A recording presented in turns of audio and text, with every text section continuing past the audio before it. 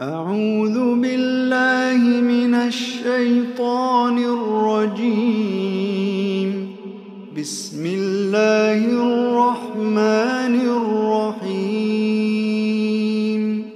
وإذ قال إبراهيم رب أرني كيف تحيي الموتى قال أولم تؤمن قال بلى ولكن ليطمئن قلبي قال فخذ أربعة من الطير فصرهن إليك ثم اجعل على كل جبل منهن جزءا ثم ادعهن